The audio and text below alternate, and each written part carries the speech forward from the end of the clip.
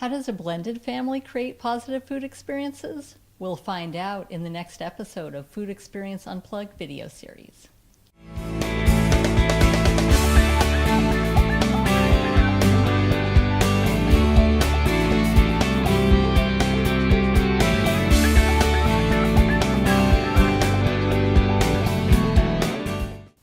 Welcome to the Food Experience Unplugged video series. I'm Michelle Seidling.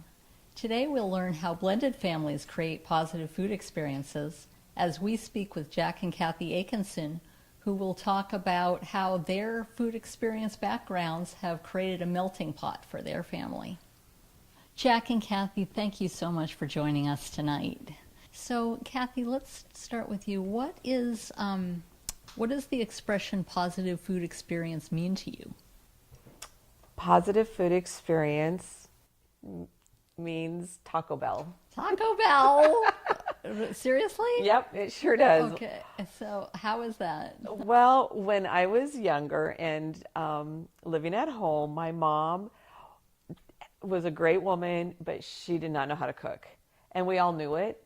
She didn't really know it, but we all knew that she didn't know how to cook. So we pretended to eat dinner most nights. But my brother and I would meet outside in front of the house and get in my car and drive to Taco Bell and have dinner. So Taco Bell was my positive food experience for a few years. My mom tried. We had dinner every night at 5 o'clock, and we just kind of played with our food. You know the expression, you play with your food? We played with our food until dinner was over and we went to Taco Bell. A positive food experience would actually be sitting around the table enjoying the meal and making sure that everybody was partaking and enjoying the food, but having lots of talk and lots of sharing. As I started my own family and would have dinner around the table darn near every night, because I felt that was important, because growing up, even though we didn't enjoy the food, we enjoyed being around the table with my family. So I didn't want to give that up, but I also wanted to enhance the food experience. And so positive food experience would mean enjoying the meal, but enjoying each other's company around the table. So as you got older, as you know, school, work, family, how has what other background experiences did you have? Well, because I came from a family and from a mother that didn't have a lot of positive food experience, I decided that when I did get married and have children, actually when I first got married, I wanted to be a great cook. It was something that I just decided that was going to be part of my career, was to learn how to cook.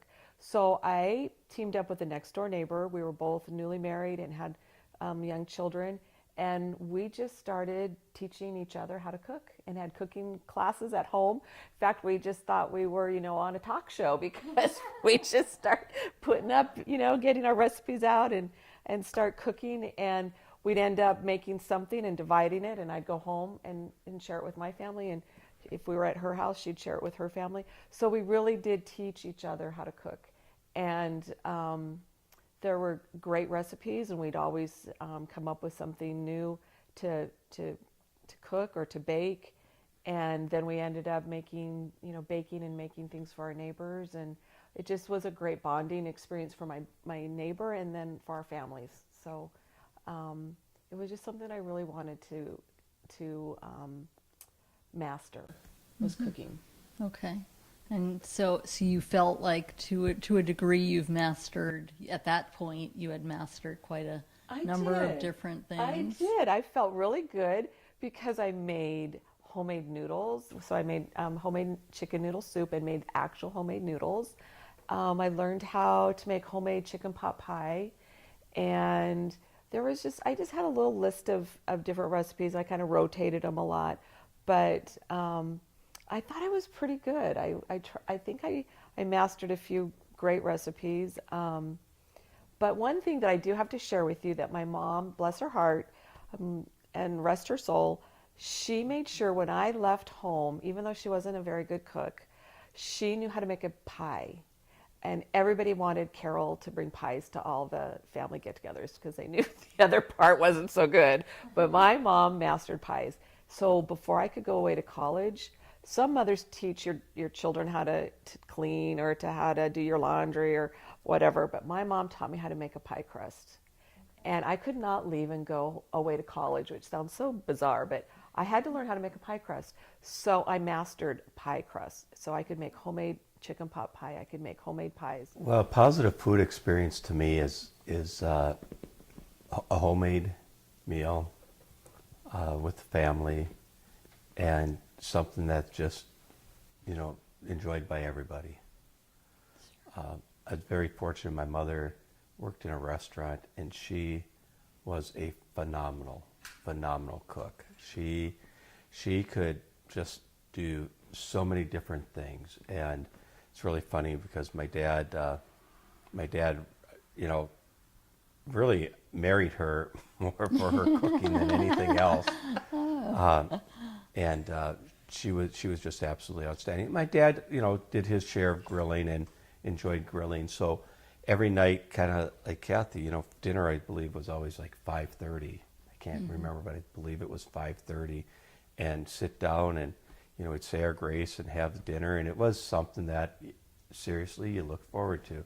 I never remember any dinner other than them making lutefisk.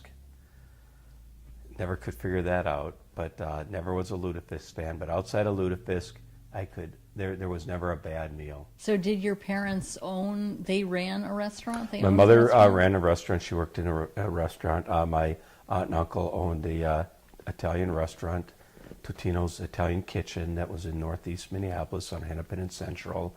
Opened it up in the 50s, and my mother started there a couple of years later, and she worked there some 35 years. Wow. Yeah. And does the restaurant still exist? No longer. Okay. No longer. All right. But undoubtedly, there were many experiences that you took away from that, for sure. Oh, yeah. I worked there. My sister worked there. My grandma worked there. My aunts, my uncles. I mean, the whole family all worked there. And I think a lot of it, too, I just remember my Uncle Jim, who owned the restaurant, Jim and Rose. But Jim really ran the restaurant because my Aunt Rose was doing the frozen pizza business.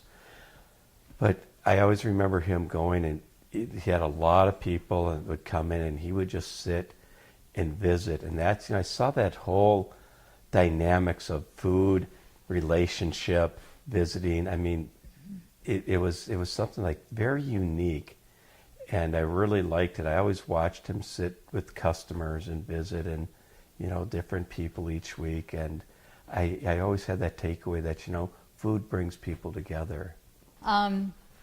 So with yours, growing up with a mom with limited cooking skills, pie crust, and but you've really progressed over the years with your taking that initiative to learn how to cook, to developing that. Jack, with your growing up in the restaurant business. Taking those skills, how have the two of you kind of blended those skills together in your marriage, and then with your children, with grandchildren? Let me just start off by saying, we don't go out to eat an awful lot. We tend to have dinners here. We tend to have our family here for dinner. Restaurants are nice and they're fun, but for the most part, we're not out to eat. We like our own food, and we like to bring our own family here for our time together. It's a lot of it's very easy to go to a restaurant and have people serve you, and it's fine. It's not that we don't go to restaurants, but we probably are one of the most infrequent families go into restaurants around. Yeah, I would agree. The kids enjoy being here and are real comfortable just here in our home. But to speak to our two kind of diverse backgrounds and bringing our families together, I think it began years ago. We've been married, how many years? 16 years. 16 years. And we do have two separate families that we did bring together. Blended families. Blended family.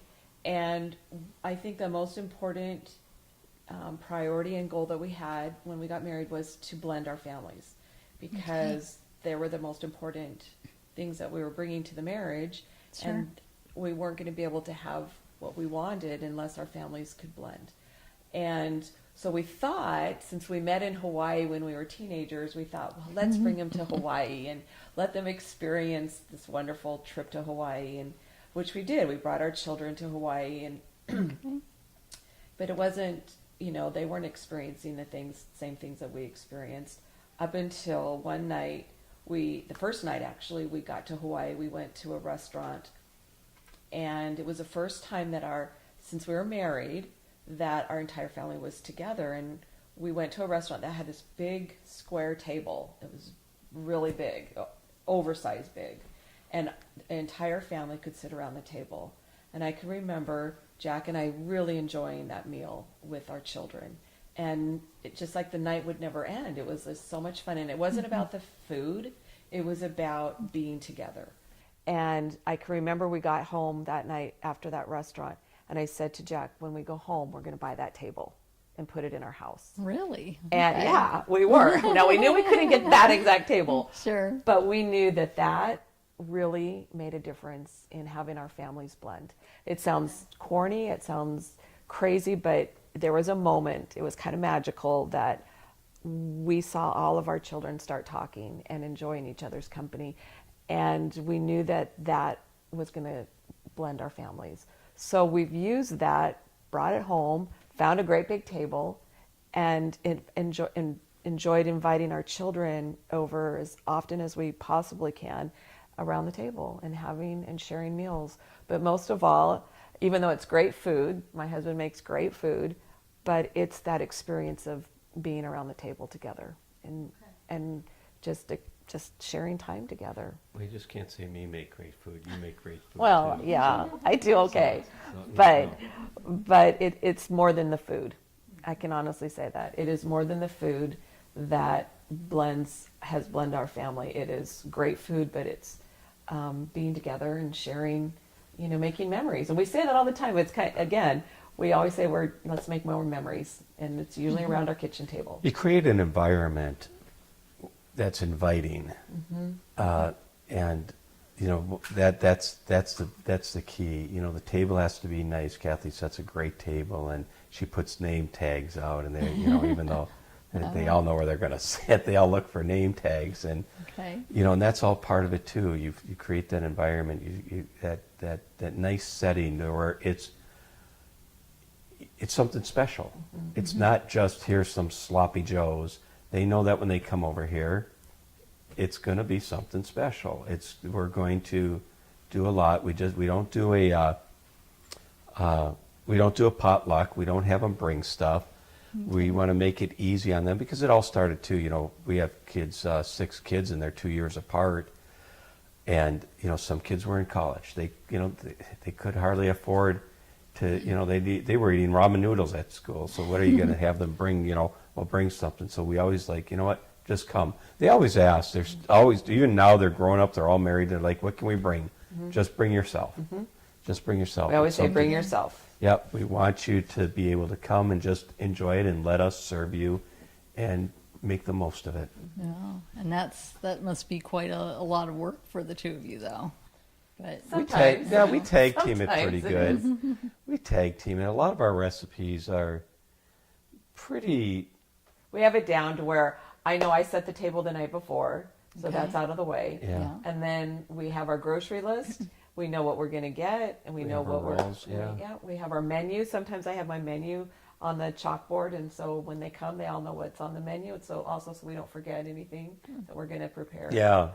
Make sure that you start with where you're having bread and salad and this. So we write it down too. So in the meantime, we don't forget that. Oh man, we forgot the salad, or Yeah. forget We've done that before. I mean, people do that oftentimes. It's like, oh Yeah. man, you made the salad and you forget to serve it. Yeah. Sure. So, Kathy, you've spoken a lot about environmental factors and how the environment plays into the food experience. Could you tell us a little bit more about, how do you set the environment? How do you set the ambiance for whether it be, a family dinner or for some other event? Well, we try to create a really great experience. for any of our family members or our friends that come over. We love to entertain. And I think the first thing that we do to create a really great experience is plan and have a really good plan ahead of time, so that we have we plan with a purpose, and we also have what we want to have happen. Like, do we want to get to know new friends? Do we want to have our family come and enjoy time together? What is it that we want to have happen? So we do a lot of preparation. We do a great menu.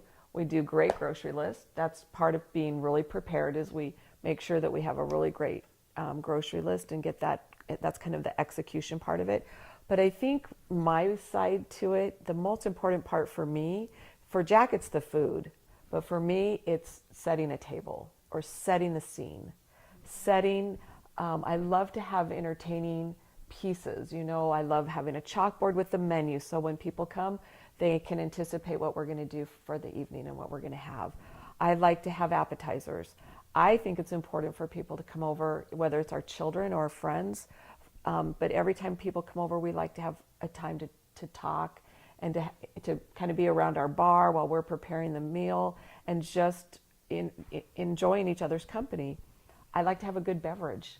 I love, if I'm going to do Italian, then I do, what's that drink? Oh, sangria. We like to do a sangria, and that takes a couple hours of preparation, but we're getting ready for family to come over, so that's something that we want to do. So I always have a special beverage, but my table setting is what I specialize in. Yeah. Okay. So how have these experiences, skills that you've learned, how have they helped outside the kitchen in other aspects of your life or in the lives of your kids or grandkids, perhaps? Well, I think for me personally, I learned a long time ago that, especially when we blended our families together, that breaking bread is a way of kind of getting comfortable with each other and trusting each other and finding common ground with each other. And so, when I watched how our children got to know each other and blended so well, I took that into my professional life. And when I was having a hard time with certain teams that I was the leader of, I learned to break bread with them and have staff meetings around a meal. And I did that through some really tough times professionally, and broke down some walls and some barriers, and got people to be able to embrace each other's differences and really build strong teams professionally over bread, over yogurt and granola and fresh fruit. And I put up the little beverage dispensers, and everybody was loving that somebody went to a lot of work to present a little brunch. And so because they could see, that I was trying to serve them, they gave me the time to listen to what I had prepared for them. And it was a really great segue into, sometimes they were tough conversations or tough meetings, but we all, started to learn about, why we were really there, and that we really did care for each other, and that we were going to get to a new place from, maybe not such a great place to start with. But I took what I learned about breaking bread around the table into my professional life, and it made all the difference. With all of your food experiences with the family, turning toward your marriage, how has food brought the two of you together when you're not, doing up some event for your family or for friends? With the two of you, how has food brought you together, and what are some examples? Well, I cook. She cleans. I clean.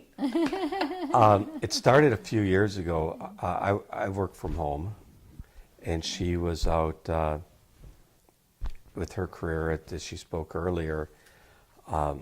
So she would be gone till 5:30, 6 o'clock at night. Well, both of us were always used to, 5:30, very structured dinners. And it became kind of a role reversal. And not that I want to, not want to take over any cooking, but it just became kind of a little, hey, I'm home, I'm going to start cooking dinner. So we're not eating at 7:30, and plus, who wants to come home from work and have to cook? Yeah. Definitely. So I think a little bit of that happened where started that probably 14 years ago when I started working at home. That I would do pretty much prepare the meals. Now she's in charge of Sunday meals for the most part. But he's right. I would call him from my school that I was leaving from. Okay. I would call him as I was leaving, and by the time I walked through the door, dinner was sitting on the bar waiting for me. Wow. And how did that affect our relationship? It made us closer. Yeah. Because we were able to enjoy the rest of the evening together, and it really did set the tone that he knew that I was coming home. He had dinner waiting. We enjoyed the meal together tremendously. It's a shared responsibility, and now all of a sudden, it shifts a burden from Kathy to, Yep. Sure. I don't have to cook dinner. I Right. don't have to get home and cook dinner. Right. What are some takeaways that those watching this may not have positive food experiences currently, or they may be learning, or they may be pretty advanced and want to kick it up a notch? What are some takeaways that you would recommend, or what do you feel that if people want to create positive food experience, what are some kind of themes?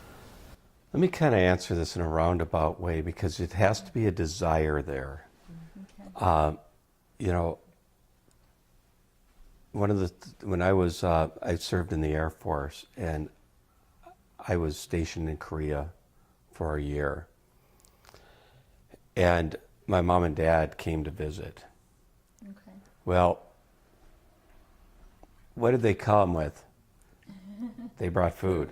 They brought frozen food from the restaurant all the way from Minneapolis to Korea. Wow. They brought pizza, they brought meatballs, they brought ravioli, they brought sauce. I mean, this is a big thing to haul all this stuff over to Korea. Yeah. And Plenty of dry ice. yeah, so it was something for me like, wow, I could have that piece of experience. It has to have that desire, that expectation that this is special. I think from a standpoint then is, and like I said, I never had to make any of this for years and years and years, and all of a sudden it becomes, as we get married and we have our kids get home, I want to create this now for my children. So that's when, for my desire to learn it, my mom never said, you need to come over and learn this and make this. Okay. I had that desire that I want to carry on this tradition. I want to carry this on. Okay. And now we're even seeing our kids with the desire, hey, I'm going to come over. Will you teach me how to do this? Kathy and her chicken pot pie, her pie crust. I mean, all the girls have come over, and she's taught them the pie crust. Mm-hmm. They all make homemade chicken pot pie. But back to, what did you say? What did you ask? What does it take? What would you need to start with? What are some takeaways that people can learn from? Yeah. And I think, like Jack said, you need to have the desire. You have to want to create an event. Mm-hmm. And it doesn't have to be, a full-blown event, but you have to want to make the meal or the experience something special. You can make it as detailed as you want. You can go to great detail, or you can make it very simple, but you have to put thought into it. So you both have mentioned desire and wanting to cook or with a theme. How does that start? How do you develop that desire? What's the spark that would start that? Well, sadly to say, I mean, you realize your parents aren't going to live forever. My mother, Sure. she's still alive, but she's 87, and that desire for me was like, I better get these recipes. I personally don't want them to go away because I like them. Sure. So it's a selfish reason, I think, first of all, and then it becomes now I want to be able to share it too, to make sure, because our kids love it too. Our kids, Sure. and they, once these things go away, they're gone forever if you don't get it right. Yeah. So I think that was the biggest thing is I got to start stepping up and learning how to do this, because these are traditions and things that could slip away at any time. And Jack and Kathy, thank you so much for joining us today. We really appreciate it. well, Michelle, it's been our pleasure. It does make us think and bring back a lot of good memories and kind of a lot of laughs. But you do have to tell Kathy your first time story. Just this is, and none of us were good cooks at the beginning. I didn't cook that much in high school or college, but you learn. You have that. You learn, but you got to tell your story, Okay. because that's a classic. All right. Well, I really wanted a career of being a good homemaker, a good wife and a good homemaker. And because, I hadn't had a lot of homemade things growing up, so I thought this is what I can do.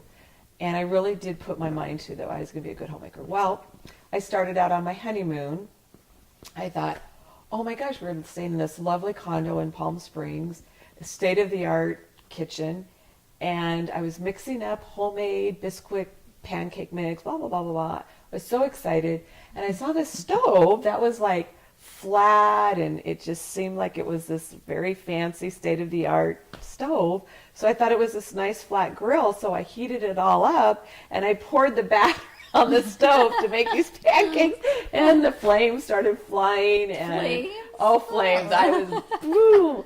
And the pancake stuff was burning, and the flames were, I took towels and I was putting it all out, and that was the end of my homemade pancakes. Oh, man. So, I started out really bad, but now I can make the best pancakes because I use a grill, a real grill. And I've learned the hard way. But yeah, that was how I started. That was my first try at being a homemaker. Thank you for joining us on the Food Experience Unplugged video series. For more information, please visit us at foodexperienceunplugged.com or on social media. We look forward to seeing you on Food Experience Unplugged, where food, fun, and memories come together.